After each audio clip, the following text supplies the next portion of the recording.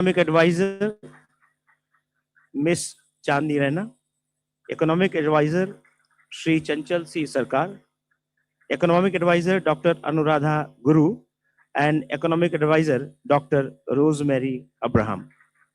Welcome to all of you. Today's press conference will go as follows. First, the Chief Economic Advisor will give a presentation on the key narratives from the Economic Survey 25-26, followed by a question and answer session. Over to Chief Economic Advisor, sir.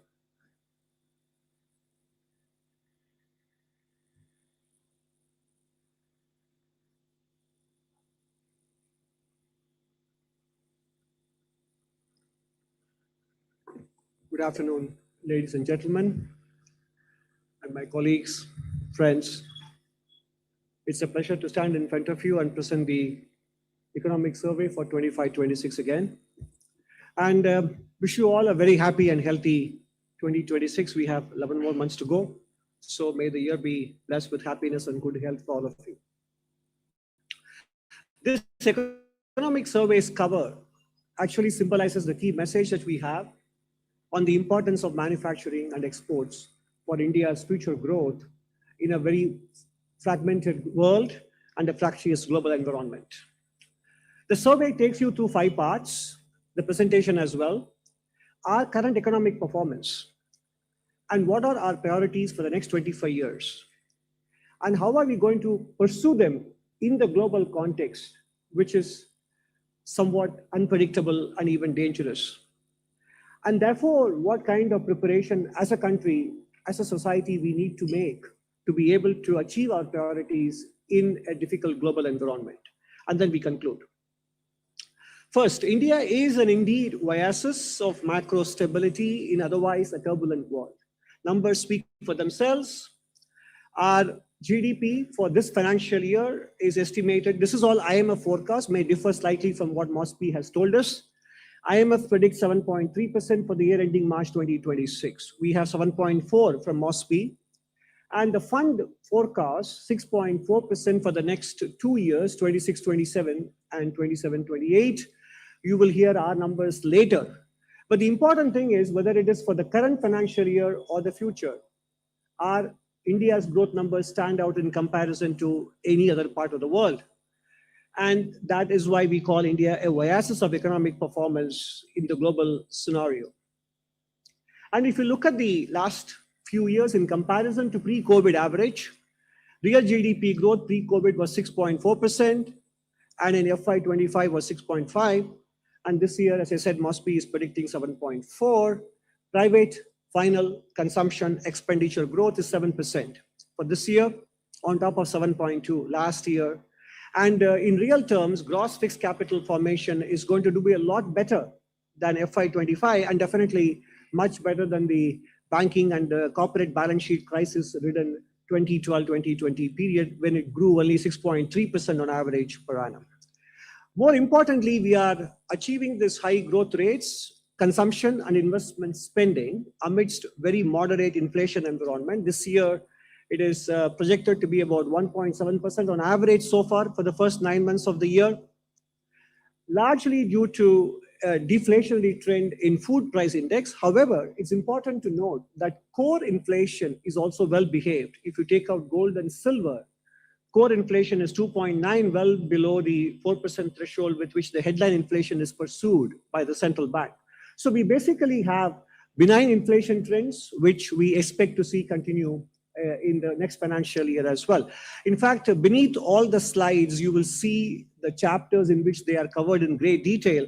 And we will just give you a broad brushstroke of what those chapters are saying on those relevant topics. Moving on from GDP and inflation to public finances. In 21-22, the government said we would bring down the COVID year fiscal deficit to less than half, and we are about to deliver on that this year with an estimated 4.4% of GDP as the union government fiscal deficit. More importantly, the primary deficit, which is revenue deficit minus interest payments, has come down from 5.7 and expected to be 0.8% this year.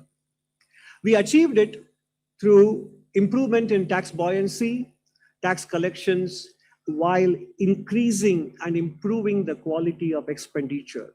Effective capex rate went up from 2.7 pre-COVID to 3.9% post-COVID as a percentage of GDP. And that is the reason why last year we got 3 credit rating upgrades, beginning with Morningstar DBRS in May, Standard & Poor in August, R&I investment ratings from Japan in September. And so we now have BBB from S&P, BBB plus from the other two, and also India's CAD Edge also rates Indian sovereign rating at BBB plus. External sector, the forex reserves have more than doubled, more than compared to 11 years ago, from 341 billion to 701 billion. While much of it is due to lately the increase in gold valuations, definitely there is an increased accretion of foreign exchange currencies as well. Therefore, the import cover has picked up to nearly a year from 8.9 months in FY15. The current account balance is very well behaved, from 1.3% of GDP to now to about 0.8% in the first half of the current financial year. And external debt, which was 23.8%, is now down to 19.2%. So the external sector doesn't flash any warning signals as far as the macro picture is concerned. And if you look at the financial sector, we basically had the second decade of the millennium was marked by balance sheet troubles and repair. That is now showing up. The repair process is now well done, and the gross non-performing asset ratio is 2.2%. The net non-performing asset ratio is down from 6% in 2017-18 down to just 0.5%. But more importantly, the flow of resources to the non-government or the commercial sector, including households and businesses, and not just the credit market, but including the equity market, non-banking finance, etc. The annual growth rate in the last 5 years has been 29%. There is ample resource availability in the system for economic activity and investment spending. In the current financial year, the growth rate is 45% in the first 9 months compared to last year's 9 months. So overall, the resource availability augurs very well, and the resource mobilization as well for continued growth in investment spending and capital formation in the economy. And this is for the commercial sector, not government. Employment conditions have improved from the year when PLFS, the Periodic Labor Force Survey, was launched. 6% was the unemployment rate then, down to 3.2% in 23-24. The PLFS used to follow a July to June cycle, and that is now becoming a calendar year-based cycle. Therefore, the data for 2025 will be released sometime in March, and that is why we are showing you 23-24 data. Female labor force participation rate is up nearly 18 percentage points, and the unemployment rate in the first 9 months of the year has been steadily declining from 5.4 down to 4.9% in the last quarter. Now, in terms of other inclusive growth parameters, apart from the macro indicators, in rural development, 81% of rural households now have access to tap water. 2.9 crore houses have been constructed and 2.76 crore property cards issued under Swamitwa. When it comes to healthcare, 14.3 crores beneficiaries registered on the UWIN portal, 42.8 crore Ayushman Bharat cards issued, 1.8 plus lakh Ayushman Arogya Mandirs operational. And we include online gaming in this because it matters for mental health. So the banning of online gaming does matter for mental health and also for your wallet's health. So that is why we included the Online Gaming Act, Regulation Act of 2025 in this category. When it comes to education, there was a concern that post-COVID, because of the school shutdown for long periods, there would be a slippage in functional literacy and numerical skills. But the latest annual State of Education report does give us very encouraging signs. Reading skills in grade 3 up to grade 2 level has picked up by about 3 percentage points compared to what they were a decade ago, I'm sorry.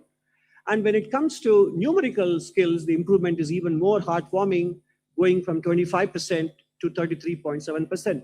It is not to say that therefore nothing remains to be done. In fact, much remains to be done, but the direction of progress is quite reassuring.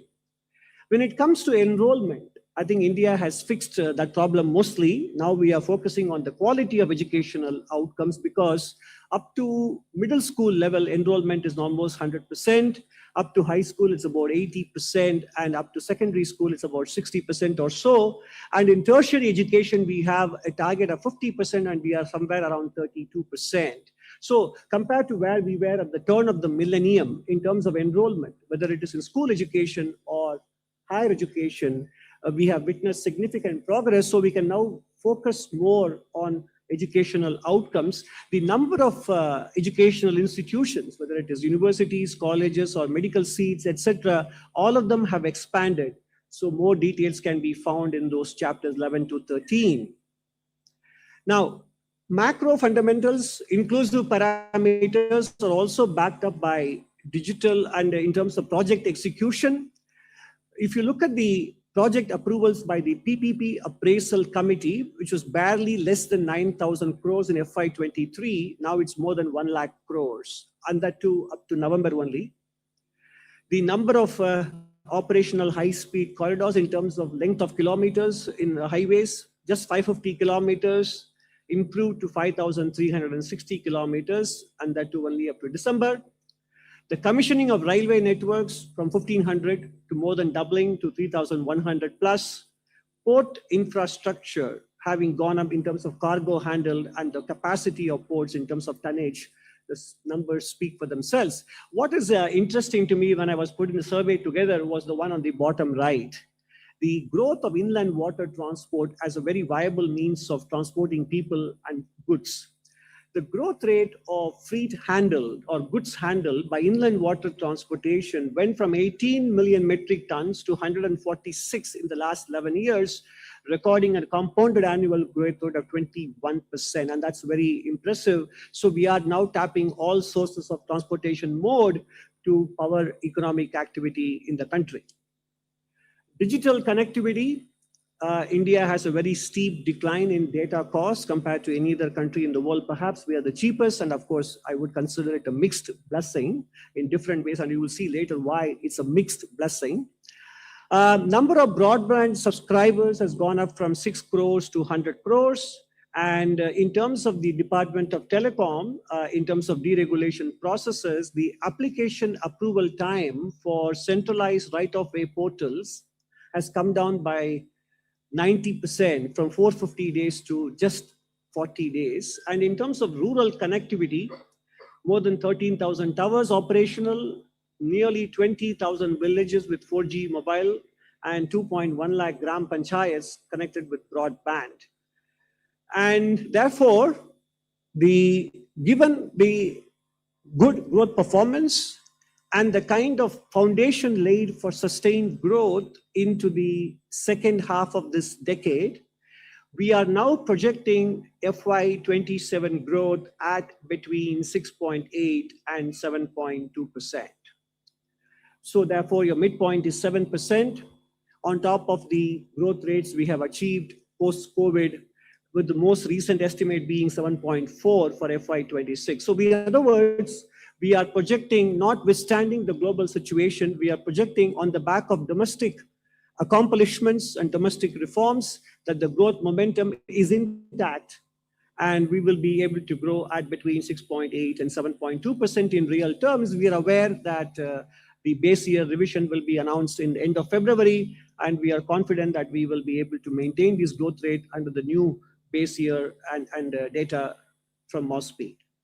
Now, having talked about the performance of the economy, which gives us a very strong foundation, we go to the part 2 of this presentation. We look at the issues of long-term importance to the Indian economy, which are covered in detail in the economic survey. First, the outcome of rising global uncertainty for the country is the effect on the capital account and therefore on the currency. As an emerging market and a capital importing country, developments in India's external account reflects the impact of the rise in global uncertainty. India's gross FDI has been growing very well. In FY26, gross FDI is at least 10% higher than last year, but net FDI has been on the weaker side, partly because of profit taking by investors who have invested in the earlier decades, and also because of the compulsion that Indian businesses face to invest overseas. So ODI by Indian businesses has also increased. So as a result, net FDI numbers are not where we would like them to be, although they are not alarming. Portfolio investors have various reasons. One is the valuation and the lack of a so-called AI story in India, and also the overall uncertainty caused by the tariff situation is holding them back from committing more money into the Indian market. But as a contrarian, when sentiment towards India is actually on the weaker side, that is when the future prospective returns will look the brightest, actually.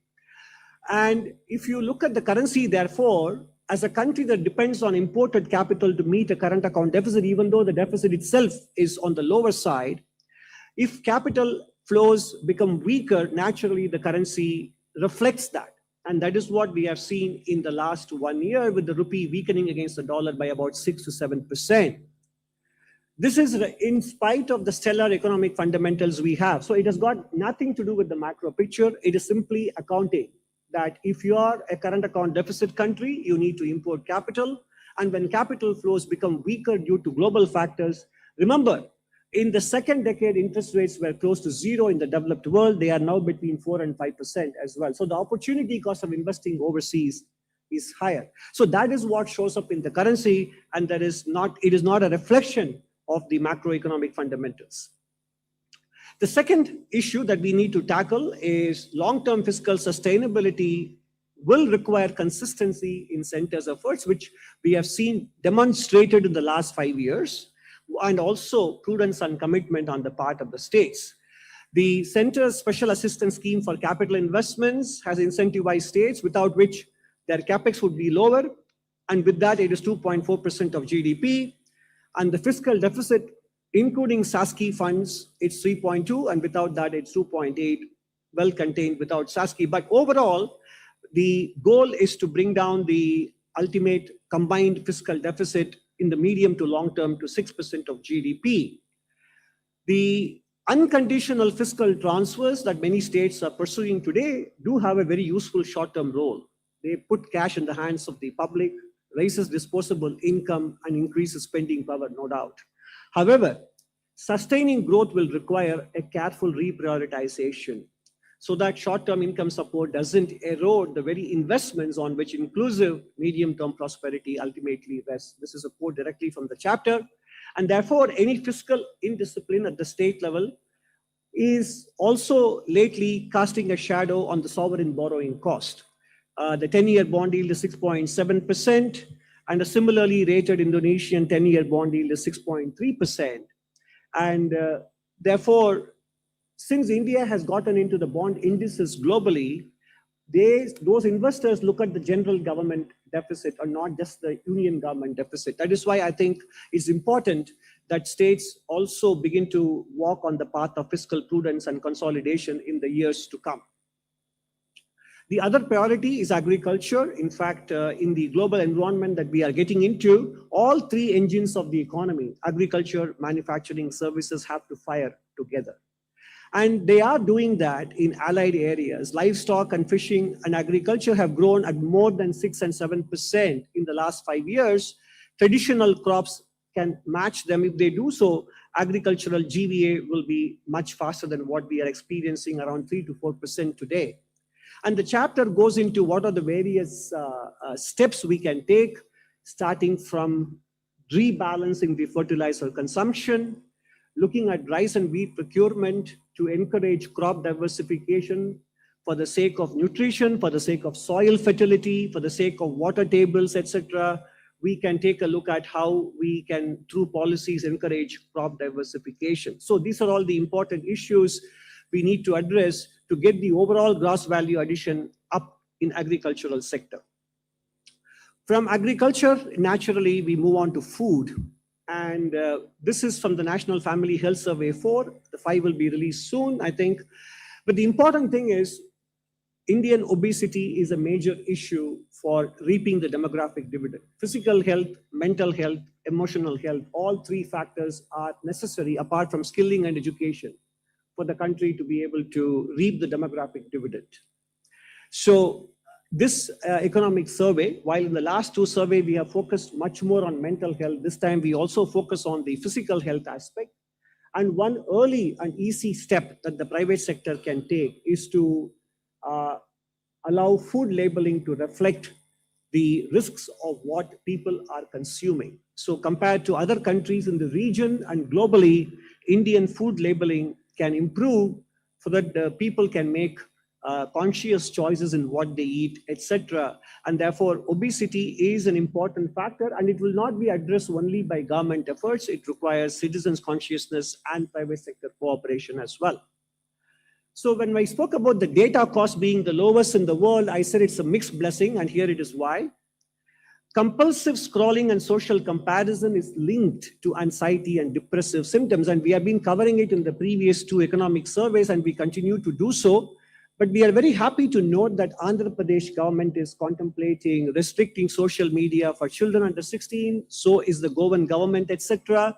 But it is again a matter of policy and conscious choices to be made by citizens themselves, because exposure to screen time, sedentary lifestyle, ultra-processed food consumption increase the risk of anxiety and suicidal thoughts significantly among our adolescents and also in the people in the early working age population as well. And this is a silent scourge, and we need to fix that if we are going to achieve our long-term growth aspirations.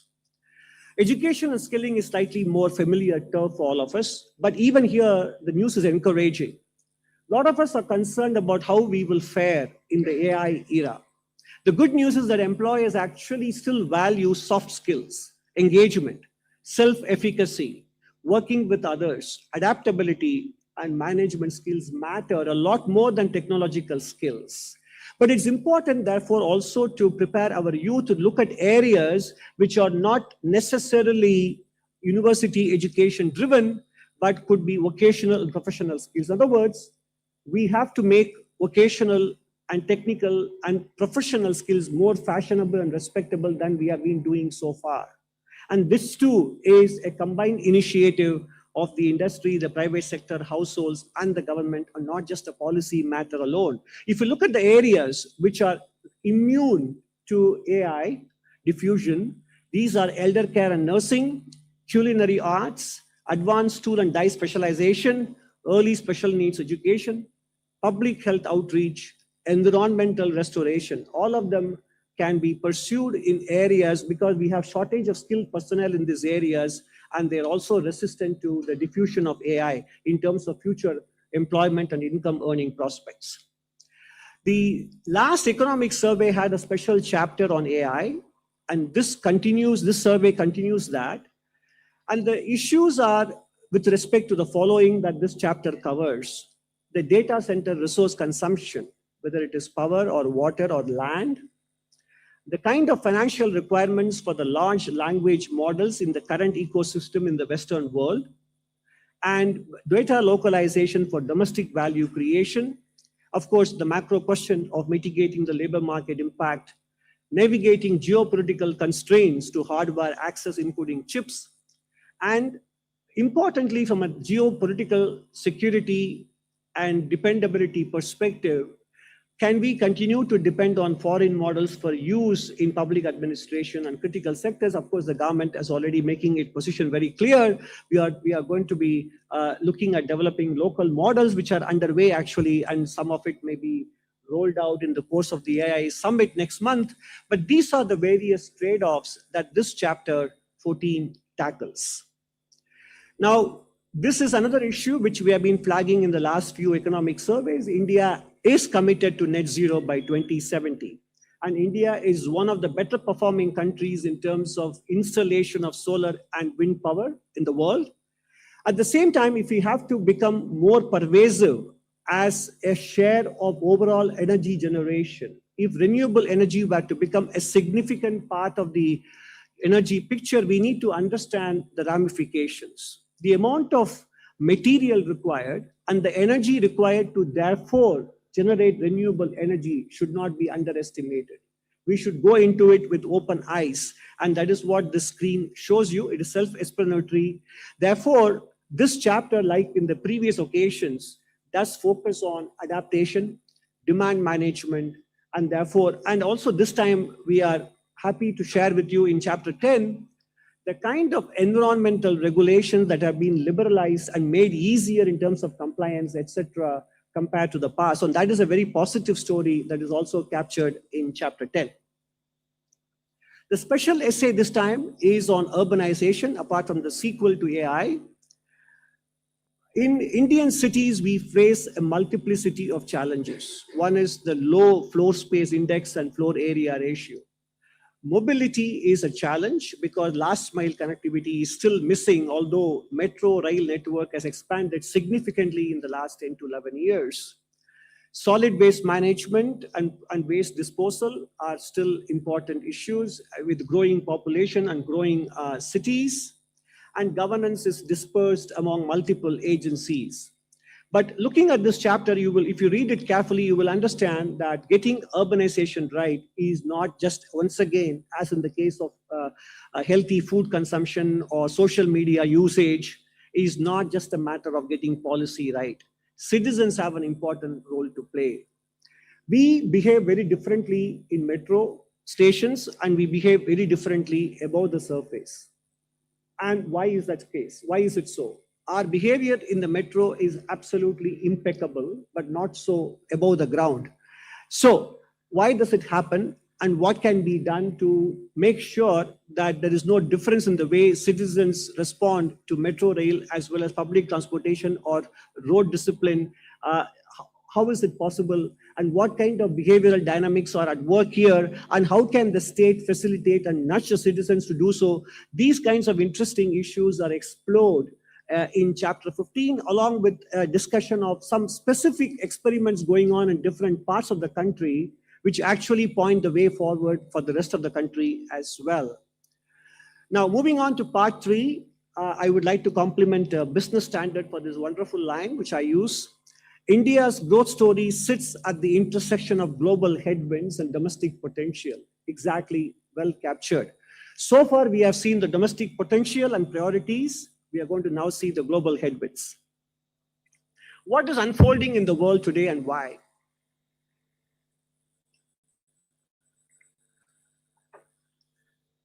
If you look at the 5 bright pink boxes, this fund manager has predicted it in 2020 that the world will face populism, trade wars, financial repression, military conflicts, and negative real yields. And he doesn't trace this to specific personalities. He traces it to the kind of policies we adopted since the global financial crisis and the quantitative easing and ultra low interest rate policy that was set in motion in 2008. So in other words, personalities are not the reason why the world is today looking at trade wars, military conflicts, and populism with negative real yields and financial repression to follow.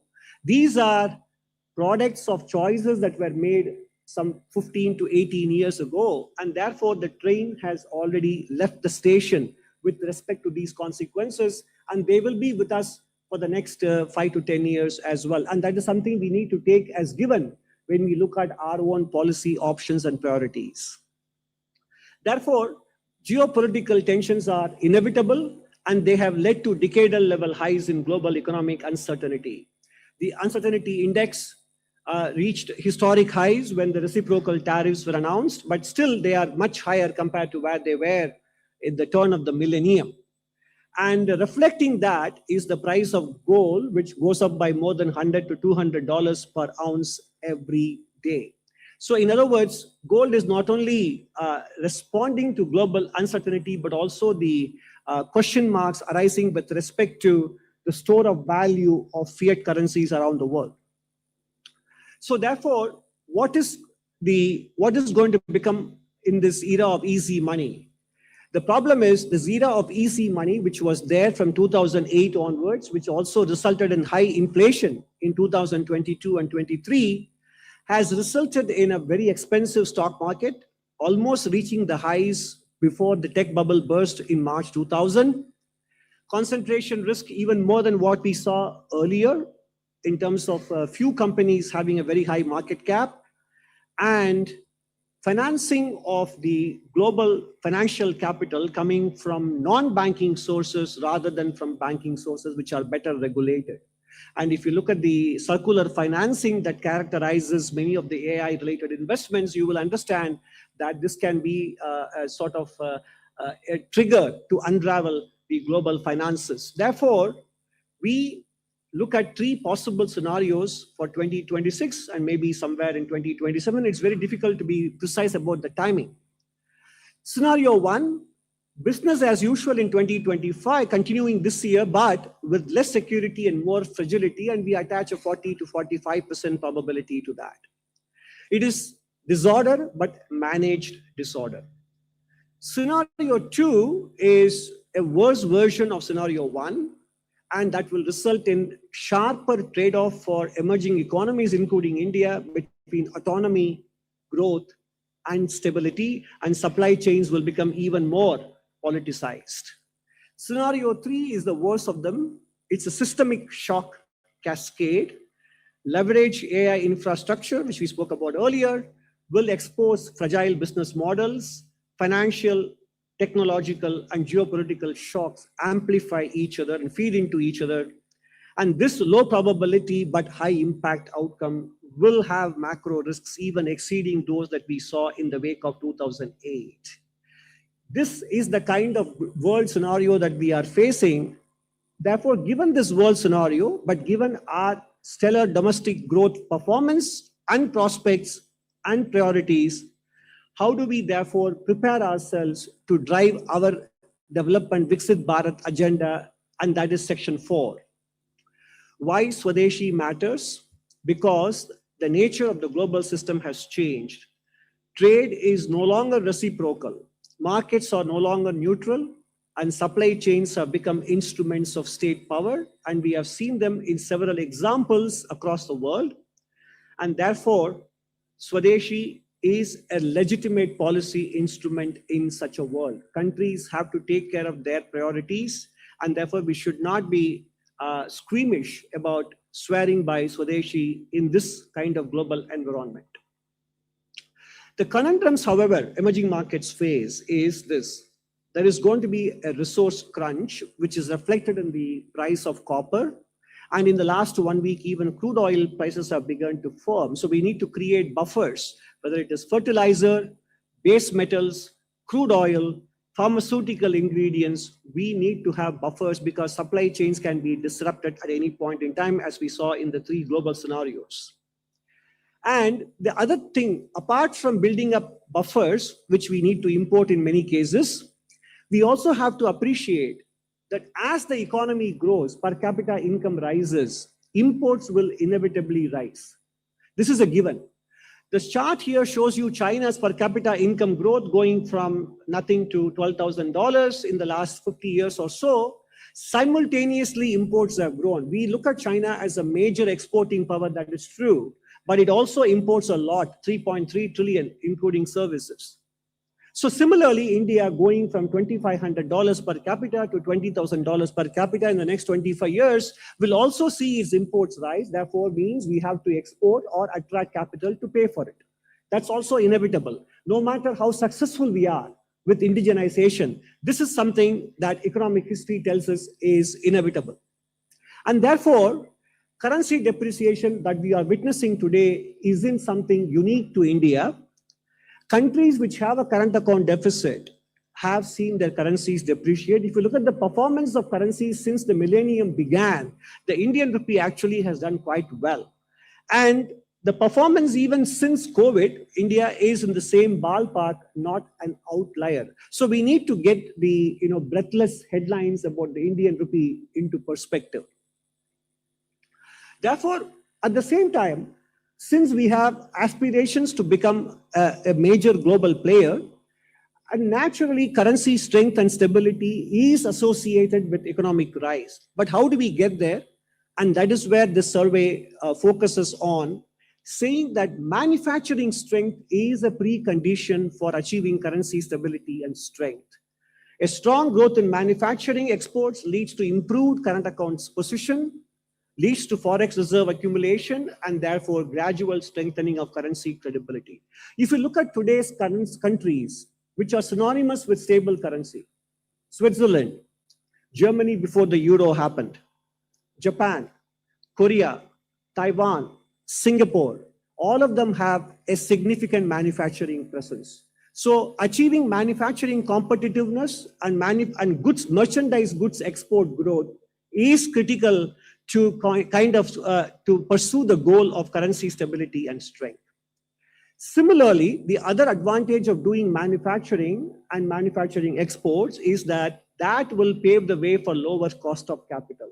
We see a lot of articles in the media and commentary that India's cost of capital is high, it has to come down, and financial deepening is the answer. No, financial deepening is secondary or auxiliary to achieving cost of capital compared to manufacturing and export surplus. And we have discussed and provided the empirical basis for this in the chapter 3.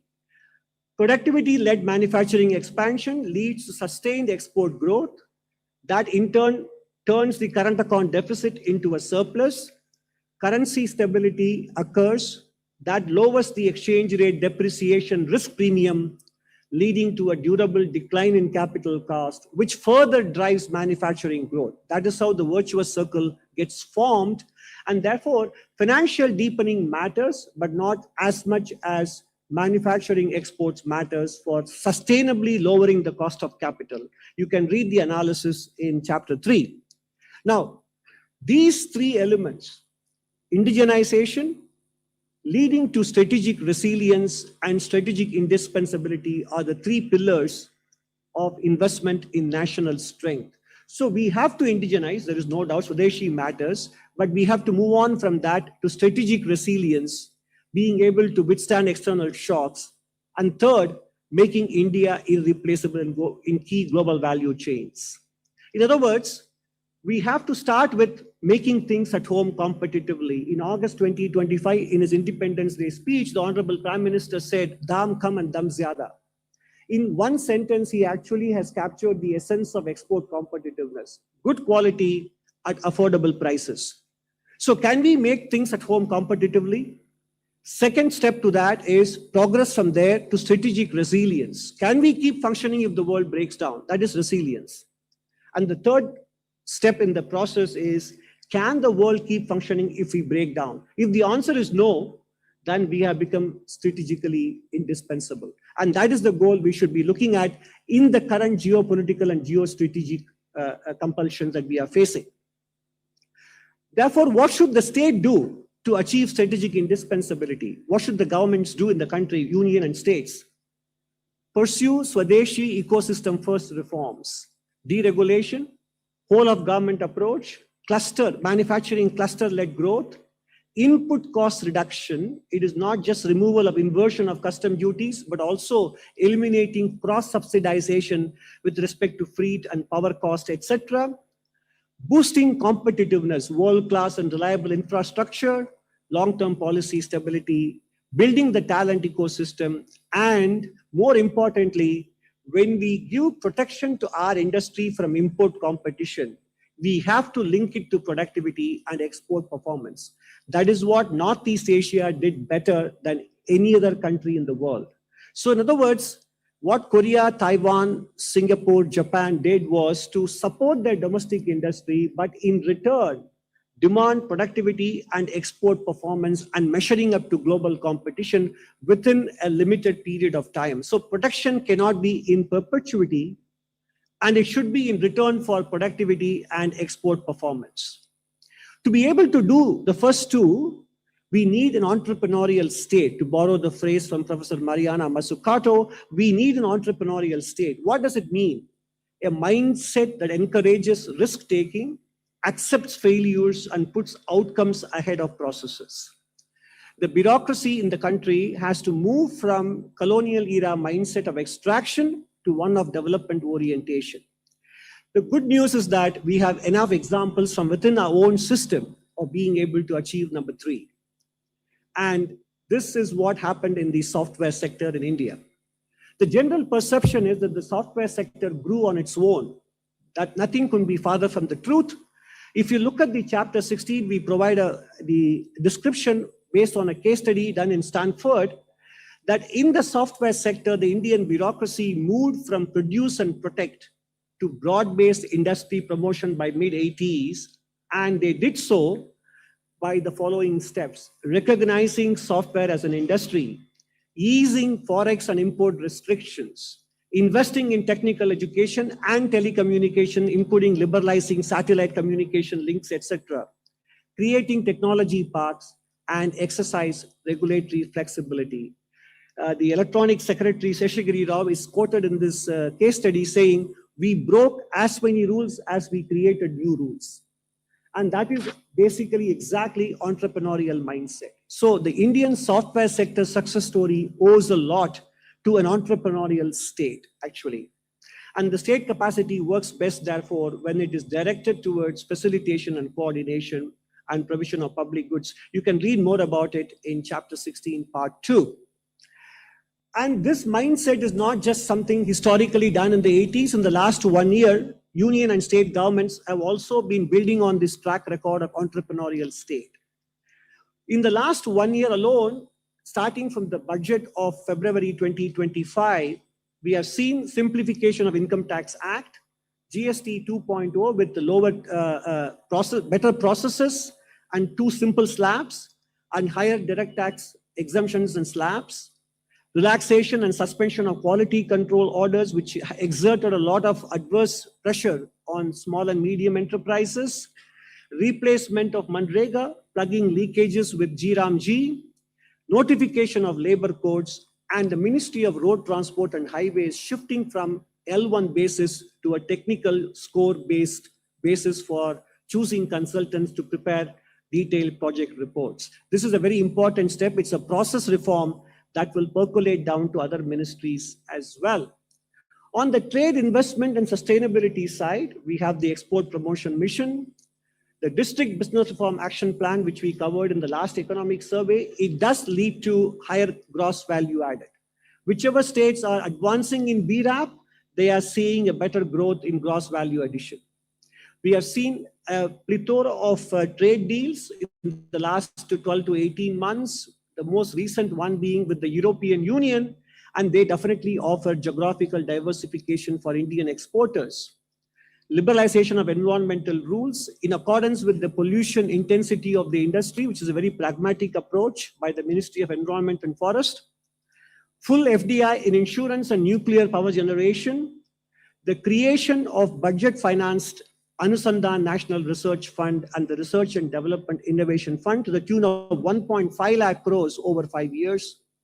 And more gratifyingly, in the power sector, we now have DISCOMs turning into profits because of automatic pass-through of fuel cost, smart metering, and a revamped distribution sector scheme, which allows financing based on improved performance in terms of reducing T&D losses, etc. Now, what you see in this slide is not just headline or front page reforms, but also process reforms. And that is what gives us confidence that the state is on its way to becoming entrepreneurial. Now, last economic survey focused on deregulation, getting out of the way. And this economic survey shares with you very happily the scorecard of the Indian states in this. The economic survey identified 23 areas where states could deregulate, simplify, eliminate, consolidate regulations.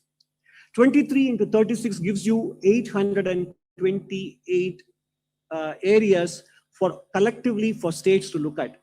And the progress report is exceedingly good, probably A+ grade.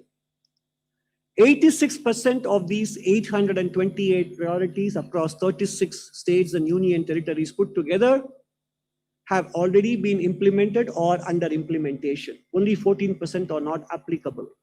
So in other words, states have taken up deregulation in the following areas: land, building and construction, labor, utilities and permissions, and general priorities very enthusiastically, so much so that they are now embarking on phase 2 of deregulation as well. So this is a very tangible and concrete example of the Indian state moving into problem solving, process reform, entrepreneurial mode from a procedure-led mode. And in a nutshell, this is what gives national power. The index of national power is a combination of productive force, institutional quality, and strategic concentration. Productive force illustrated by infrastructure, manufacturing, skilled labor force. Institutional quality, basically the legislature, the judiciary, the media, and regulatory bodies. Strategic concentration in terms of core areas where we need to prioritize in terms of indigenization and Swadeshi, etc. If we are able to get all these three balance right, then we will rank very high in the index of national power. This is the equation of national power. According to a speech given by Dr. Rajan in 2005 in the Nani Palkiwala Memorial Lecture, apparently Mr. Palkiwala said, "We are not poor by nature. We are poor by policy." Dr. Rajan concluded his speech by saying, one day we will be able to say, we are not rich by nature, we are rich by policy. I think we are almost there at this point where we can say we are not rich by nature, but rich by policy. This gives us the confidence to be able to share something optimistic with you. 3 years ago, we wrote in the economic survey that the maximum potential growth of the Indian economy was 6.5%. And with reforms, it could rise to between 7 and 8% per annum in the medium term. On the back of the evidence I have shared with you in the last 40 minutes, in terms of actual performance, creation of public investments, the good health of the financial sector, enthusiastic uptake of state-level deregulation, and both process and policy reforms of the union government, this economic survey, despite the geopolitical environment being what it is confidently upgrading India's potential growth to 7% per annum from 6.5% 3 years ago.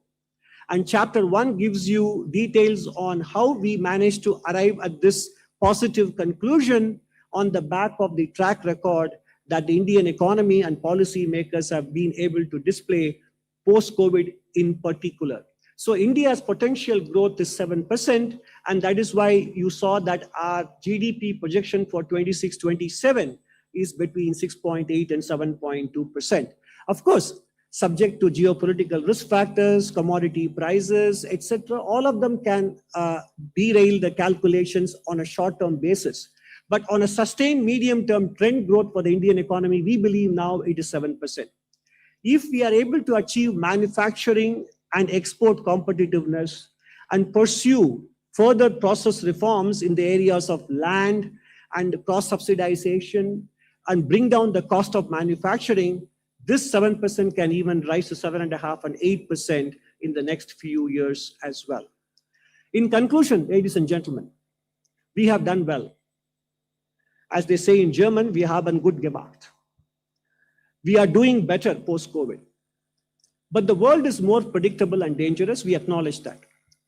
We have promises to keep and miles to go before we can sleep. We have to reimagine the way we are organized as a state and reimagine the way we function as well. And that applies to the government, the private sector, and households. Businesses and households have to internalize their responsibilities. As a society, we have to embrace delayed gratification. Then we will become strategically indispensable. The late Sir Mark Tully said, "I am an optimist because I have seen the Indian people do the impossible every single day." We concur with him, and as a mark of respect to him, we feel the Indian people will do the impossible every single day in the next 25 years on our way to Viksit Bharat. Thank you very much.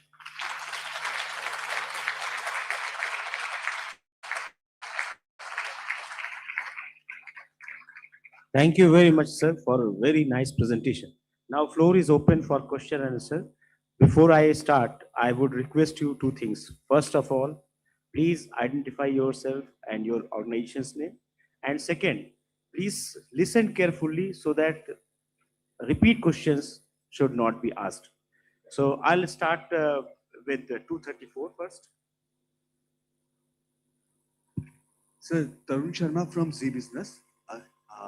Sir मैं सवाल हिंदी में पूछना चाहूँगा। आपने बहुत अच्छी presentation बनाई है और बहुत ही रियलिस्टिक प्रेजेंटेशन है इस बार। लेकिन सर एक चीज जो मुझे लग रहा है कि मिस हो गई, पोल्यूशन। सर आपने पोल्यूशन को एक बड़ा फैक्टर इसमें नहीं माना। क्या बड़ी वजह रही सर कि आपने अर्बनाइजेशन की बात करी, मेंटल हेल्थ की बात करी, लेकिन पोल्यूशन को touch?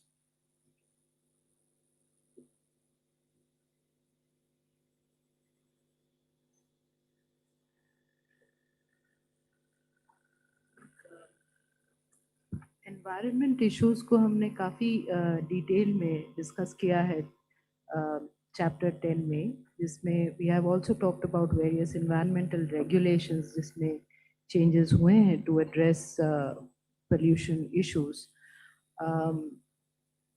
I think that should be able to, if you go through it, you would know that there has been a lot of changes that have been brought about in the past year, whether it is in the form of rationalization or it is in the form of creating transparency and predictability.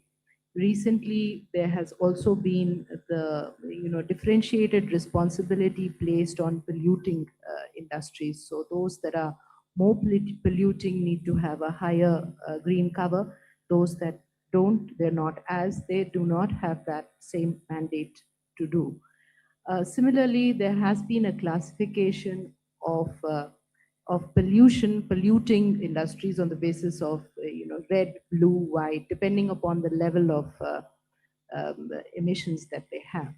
So work is ongoing, and that is reflected in the relevant chapter 10 on environment. And also, just to add to what my colleague Chandini said, we have looked at the pollution issue in the chapter on urbanization as well. So you will see more details there. Thank you. 9.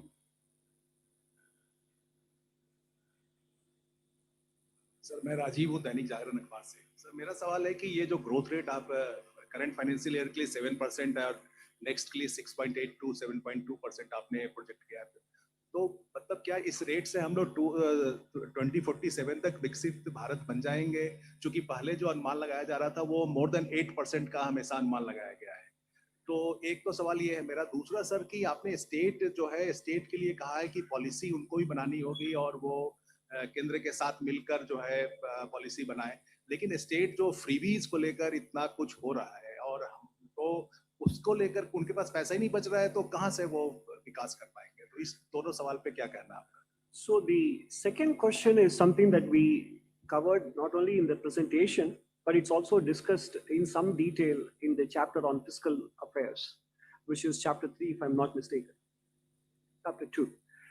So you will see a discussion on it on the unconditional transfers. So far, the high nominal GDP growth, GSDP growth in states has provided enough cover for these transfers to happen, which is why the overall fiscal deficit of states is still 2.8% if you do not include the SASCI loans. So it has not had an impact on the fiscal deficit, but naturally some of it has come at the expense of capital expenditure on the part of states. But that is why we have flagged this issue. So, I mentioned this in the presentation as well. Now, as far as the growth rate that is needed, that mention of 8% is in dollar terms. So if you're able to grow at sustainably at 7% on average, there could be a given year in which it is higher or another year could be lower, etc.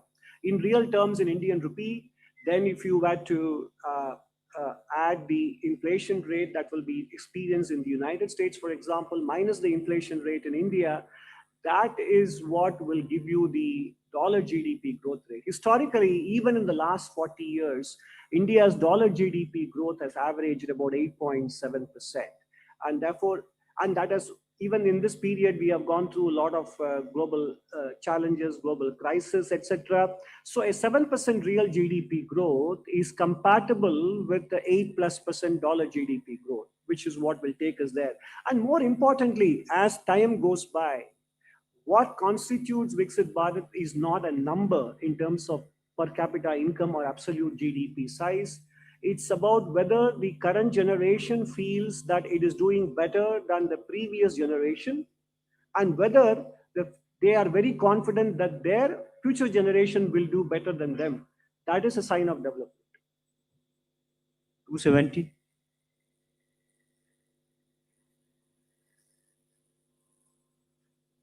Sir मैं Lakshman CNBC आवाज से economic survey में कहा गया है कि ongoing trade negotiations with United States are expected to conclude during the year, which could help reduce uncertainty on external front. मेरा दो क्वेश्चन है कि during the year means what, calendar year या फाइनेंशियल ईयर? दूसरा question, अगर US के साथ trade deal हो जाती है तो जो जीडीपी ग्रोथ का हम लोग फोरकास्ट किए हैं, क्या उससे और बेहतर होने की उम्मीद की जाएगी? और ट्रेड टैरिफ से कितना असर पड़ा है जीडीपी पे, कुछ कैलकुलेशन हुआ है? So I don't have anything more to add to your first question. It is something that is better directed at the Ministry of Commerce. As far as the second question is concerned, we have taken that into consideration. When we projected 6.5% 3 years ago, we did so under the assumption that even at that point in time, we were realistic about the growth, export growth prospects, given the evolution of trade disputes. But now, we have been in the last few years signing a lot of free trade agreements, the most recent one being with the European Union. Of course, it will take a year or so to get ratified and then being effective. So therefore, the 7% growth rate doesn't necessarily depend to a large extent on the tariff situation resolution, because we don't know at this stage the timelines attached to it. But if it happens, it will definitely further bolster the chances of achieving 7% or even better. Do you have anything more to add, Rosemary? 11 number. So Timsi Jaipuria this side from CNBC TV 18. So you've mentioned about the risk on job losses due to AI and AI adoption, and you've also spoken about reskilling. But you did not mention certain areas where these job losses have a future potential, in terms of which would be these areas where people can now reskill and look forward to as future areas where there can be employment. I have to leave some work for you to do as well in terms of reading the chapter. 76. Left.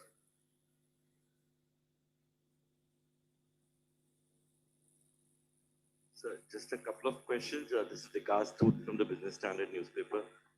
Thank you for acknowledging that line from our paper. But I also want to say that it was a refreshing read, whatever I've been able to read so far of the survey. You, of course, invoked Joseph Heller, which I really like.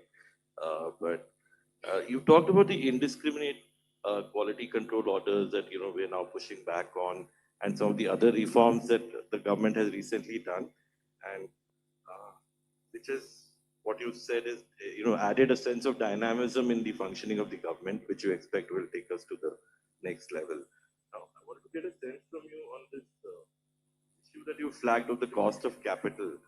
You said the rupee is punching below its weight for some reasons, but the concern comes for you from the investors, seeing the rupee's decline as a cause of concern. And you said that investor reluctance warrants attention. So I wanted to get a sense of whether you can elaborate a bit more on what kind of attention would we need to address this investor reluctance. And is it only about the rupee, or there's a broader concern that is driving investor reluctance?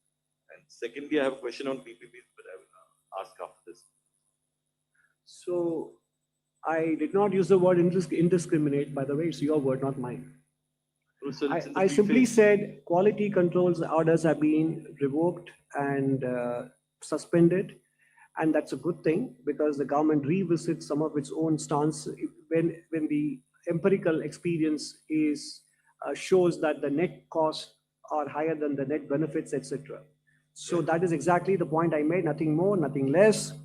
And when it comes to investors, I have nothing more to add. I said valuation concerns, maybe the fact that India doesn't have an AI story, and uncertainties related to tariff might be holding investors back. But if you look at the flows of FIIs over the years, There have been times when they have come in and when they have been out for slightly longish period and we would like them to be, etc.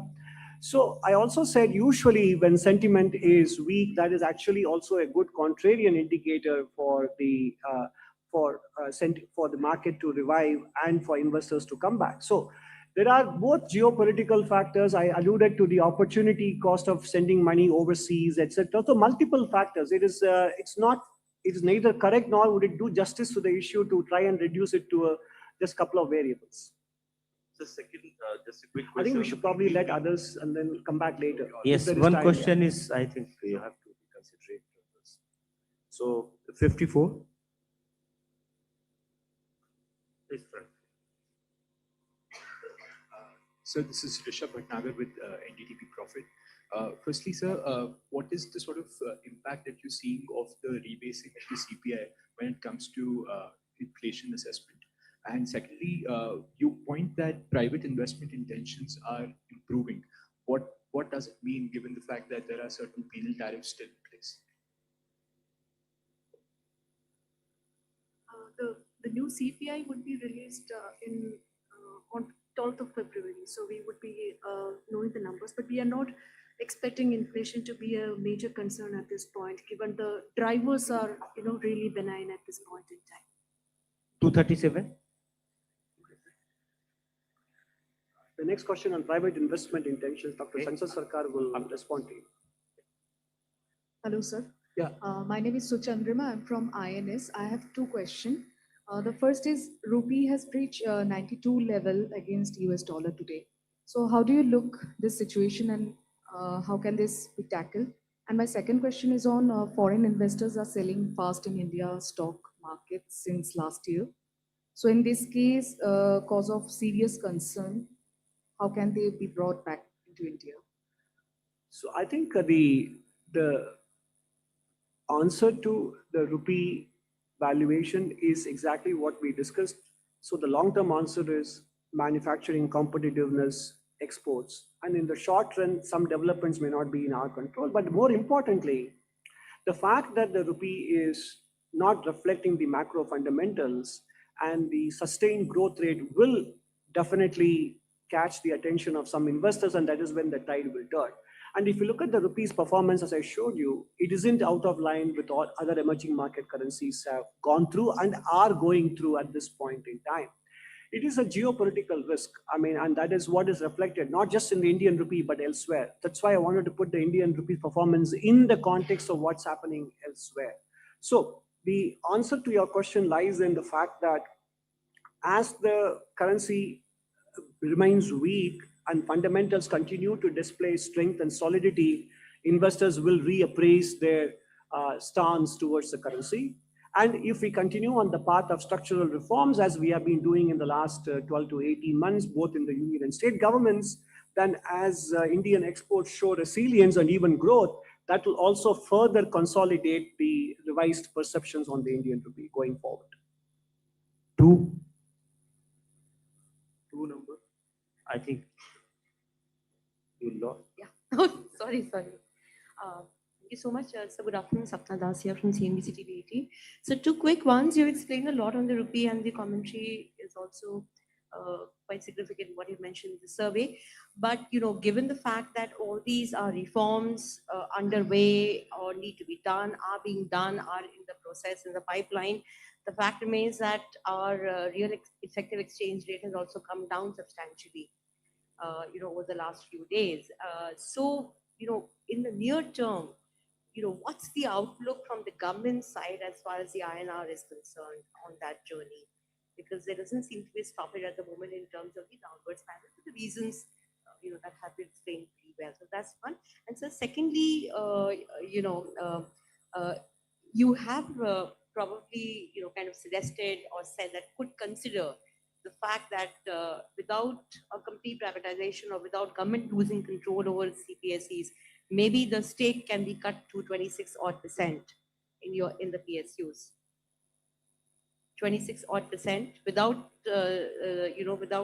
by retaining the government company tag, and the other option is to continue with the coming below 51% via the OFS route without changing the company definition in the Companies Act.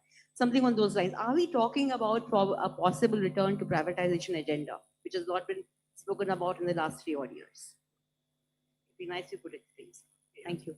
Thank you for the question. On the second part of your query, Economic Survey has given an option to explore the possibility of monetizing on the government stake. It's not about completely lock, stock, barrel sale of the company. That is not what is written out there. What we have mentioned there is, in case of listed companies, only for listed companies, what we effectively need is 26% stake, which is the special resolution right stake. So for those listed companies, given the fact that almost in 30% of our listed companies, we have come below around 60% shareholding. So if you have to remain as a government company, by definition, government has to hold 51% stake. So in case government wants to keep these companies as government companies, what government could do is to amend the Companies Act and say that for listed companies, that threshold would be 26%. So they would remain as government companies.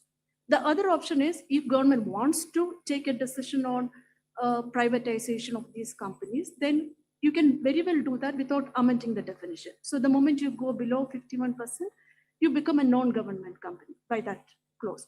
But this is only a suggestion that Economic Survey has given.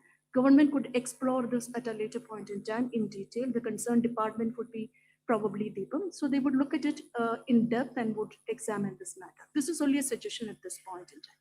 Thank you. Sapna, as for your first question, I think I've given enough answers already on the rupee, apart from what I have said. I don't think the government of India gives outlook for the rupee. We are not the private sector. And we reflect, the rupee reflects the market forces. And if at all, you may want to direct your question to Mint Street in Mumbai. I would request only one question may be asked, and please don't repeat the same question. 81.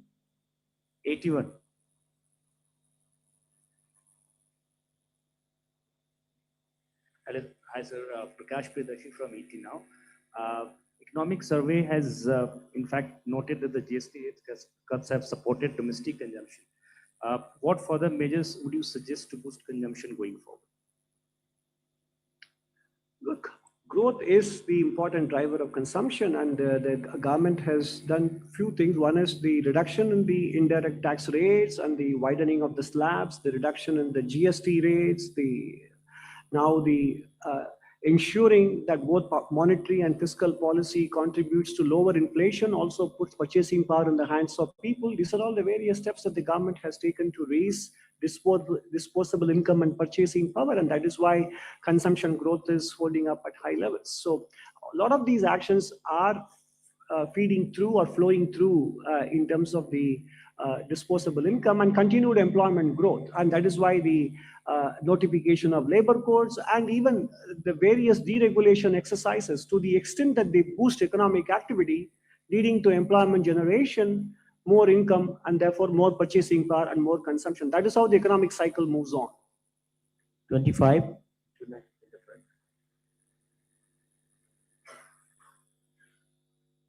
I am Ravi Shankar Kapoor. I'm a freelance journalist. My question is to Dr. Nageswaran. Dr. Nageswaran, you have mentioned, you emphasized manufacturing strength. Now, there was a national manufacturing policy in 2011, then Make in India 11 years back. So in this survey, what is it specific, which is different from recommendation, which have not been made so far?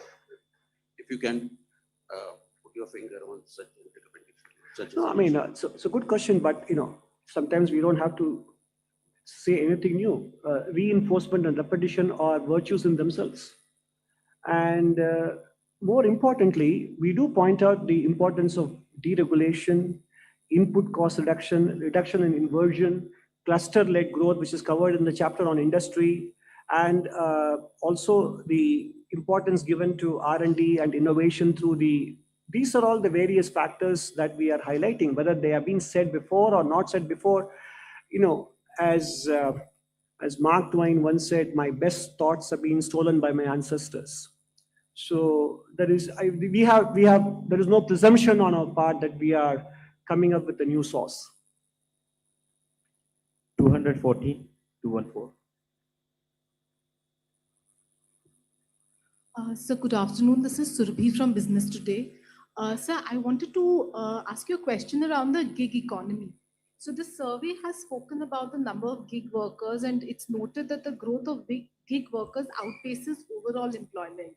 So, sir, I wanted your thoughts on whether you think that this is a matter of concern, because generally a regular wage employment is something which is seen as the most suitable thing. And secondly, while unemployment levels have gone down, they still do remain a matter of concern. So I wanted your thoughts on whether schemes like, the ELI and PMIS, they've had the desired result. Thank you. Go ahead.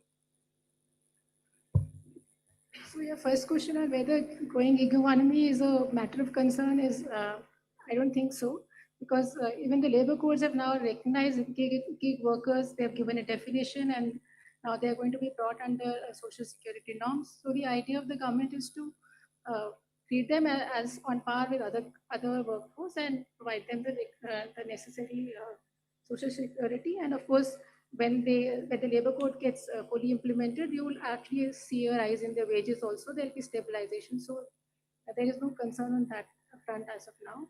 And of course, a lot of measures are being taken towards employment generation. There is no dearth of schemes and measures that the government is taking, NCS, E-Shram, so and a lot of specific schemes. So I don't think there is any concern on, there is no dearth of action being taken on that front. 39. We'll take everyone. Only 4-5 people have been there. Sir Krishna Mohan Sharma Bharat express से मेरा Naganathan sir से सवाल है कि growing India and grown India, जो old age citizen है उनका आने वाले समय में उनका रख रखाव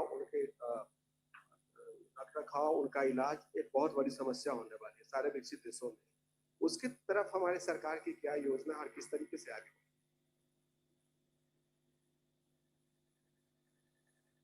So I think last year in the survey we had covered a lot about elder care also, and elder care being an economy of its own. And I think also an NITI Aayog report on how elder care can be taken care of and what all actions government can be taken and is also being taken. So I think action on that is ongoing. 280.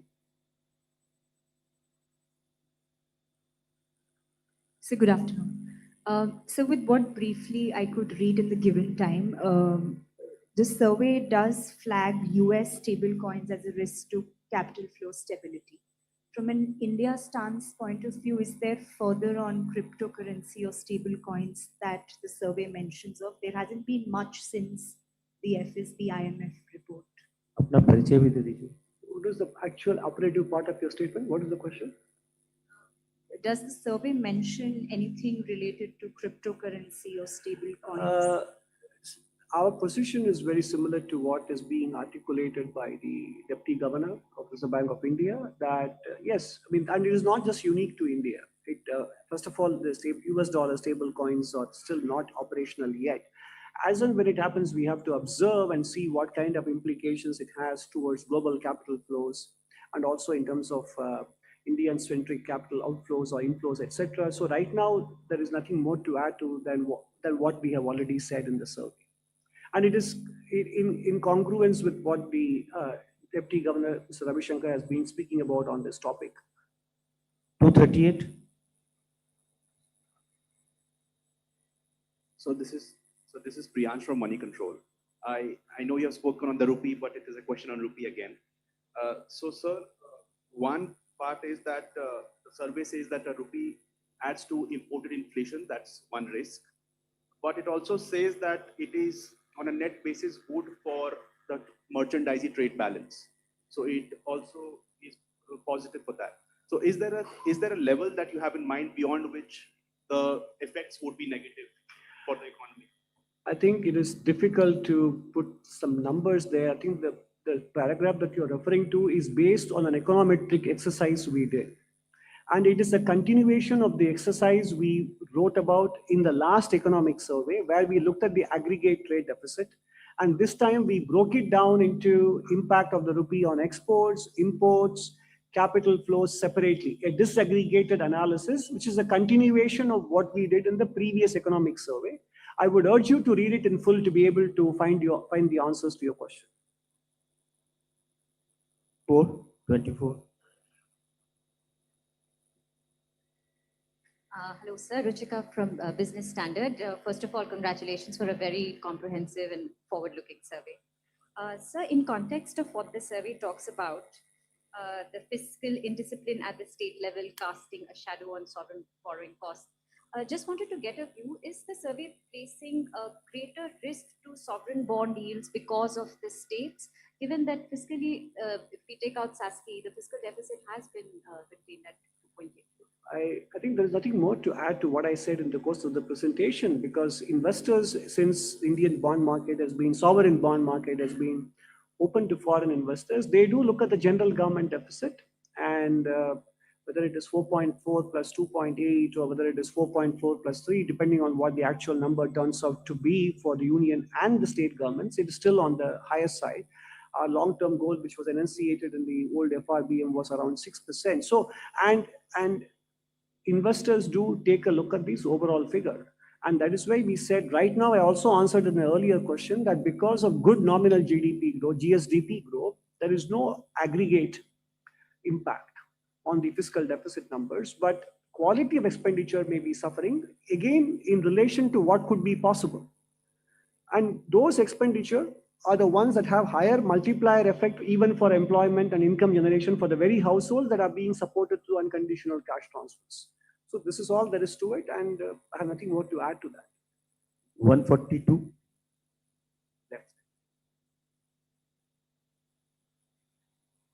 Good afternoon, sir. Kriti Ambe from Informist Media. This is also related to the commentary in the survey on rupee. It mentions that an undervalued rupee would not hurt at this point. So would not hurt at this point. So should that be read as a degree of policy comfort with a weaker currency? And do you have a specific level or a period of undervaluation of rupee beyond which probably the phenomenon would bring discomfort? There is a law of diminishing marginal utility to any public commentary on the rupee beyond a point. And I think we have reached that point. 22. We'll take the last two questions. Sir, I'm Shalini from ANI. Sir, my question is, as you mentioned during the presentation about the role that manufacturing units play for GDP growth, can you mention what are those subsectors?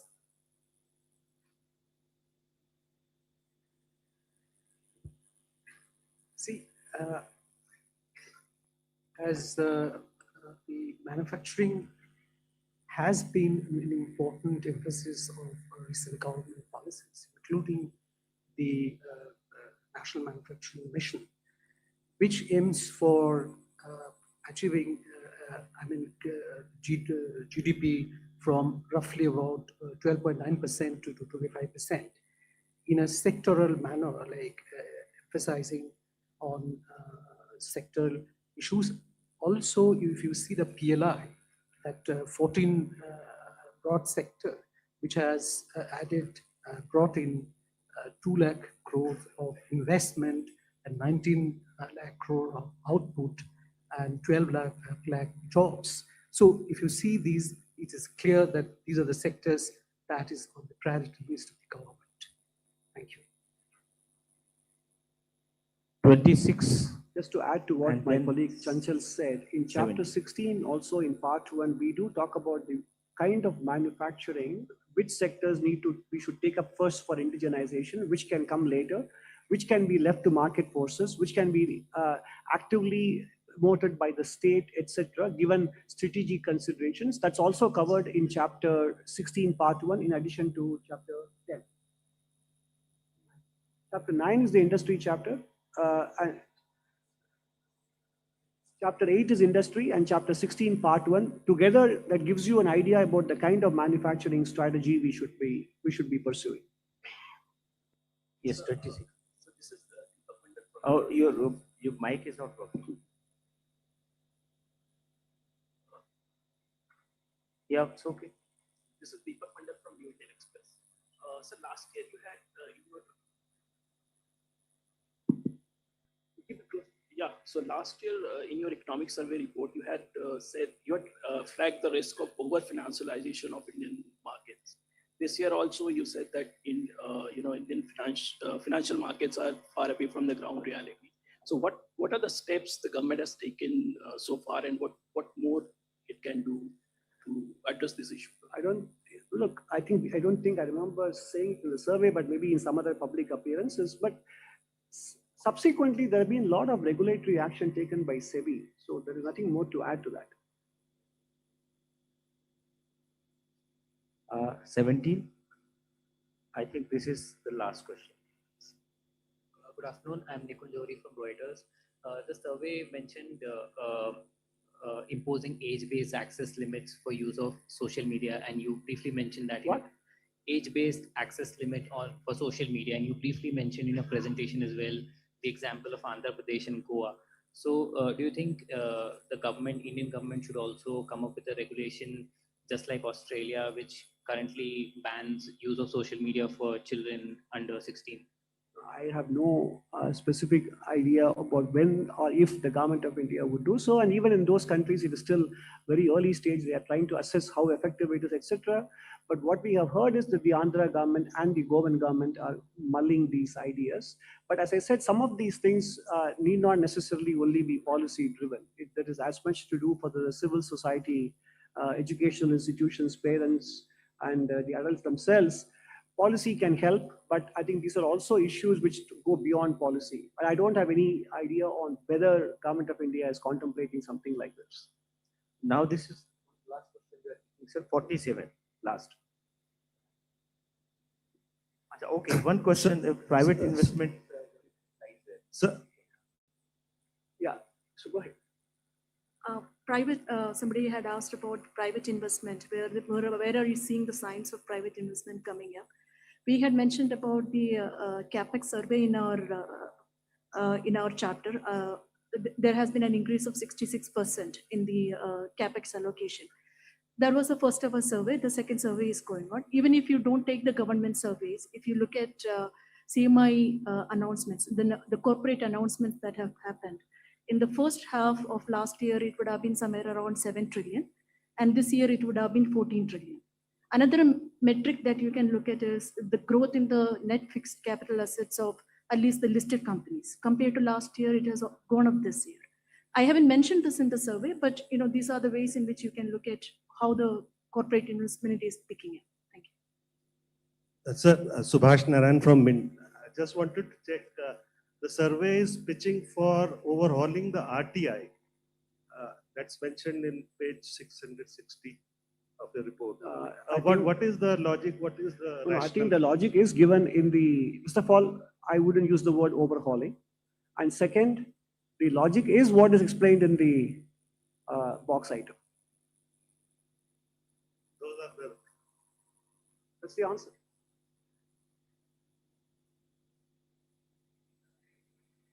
You okay? Ask. Sir, I am Bani Kinkar Patnaik from the Economic Times.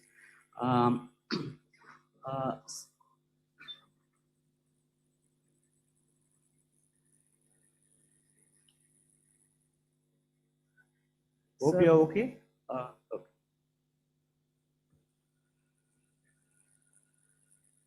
Okay. Sir, you have projected a 7% growth rate over the medium term, potential growth rate. Now, in recent years, the economic growth has been propped up by public capex. But as we know that, there is a limit to, raising public capex year after year at a, scorching pace. So now as, and we are also moving towards reduction in debt ratio and fiscal debt. Reduction in? debt ratio and the fiscal deficit. We are moving towards, reducing that further. So that makes, keeping this elevated capex thing a bit more difficult, year after year. So in your medium-term potential growth rate, have you, accounted for this, this aspect that there will be a point where keeping public capex at beyond probably 3% of GDP would be much more difficult? Well, these are fair questions, but I think the important point to realize is that India's overall GFCF ratio to GDP is about 30%, and it's not entirely due to the public sector. Private sector capital formation may not be at the level that we saw in terms of growth rates between 2003 and 8. That was a different world. So that is why we are not going back to 8.5%, 9% growth that we saw in that era. So the kind of composition of growth that we have looked at, 7% is feasible with the current level of the private sector and public sector capital formation. Whether it requires in some specific years public sector to do more than 3% or less, those are things we need to calibrate based on the prevailing situation at that point. There cannot be a blanket answer to that. So just to add to that point, even when we had been consolidating, if you actually look into our fiscal chapter, you will see that our effective capex has only gone up as percentage of GDP. So consolidation does not mean that capex is going to come down. This has happened in the case of state governments as well. The capex is remaining intact at 2.4% despite the compression in the revenue. Thank you. So चलते एक last 11.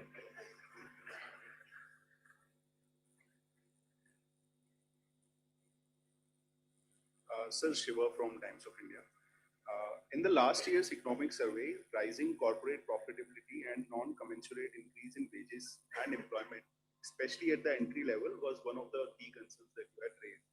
So do you see this concern still lingering in your assessment, or has the situation reversed? Or what will you want to say to the corporate? I think the data are encouraging, and the important thing is the labor codes also make it very clear that there has to be a balance in terms of the worker rights and what the employers have been asking about. So the labor code will also do its own bit to making sure that the wage growth and benefits growth is commensurate with the profitability growth. And that is an important development that has happened since we wrote the last survey. Thank you, sir. Thank you for answering all the questions.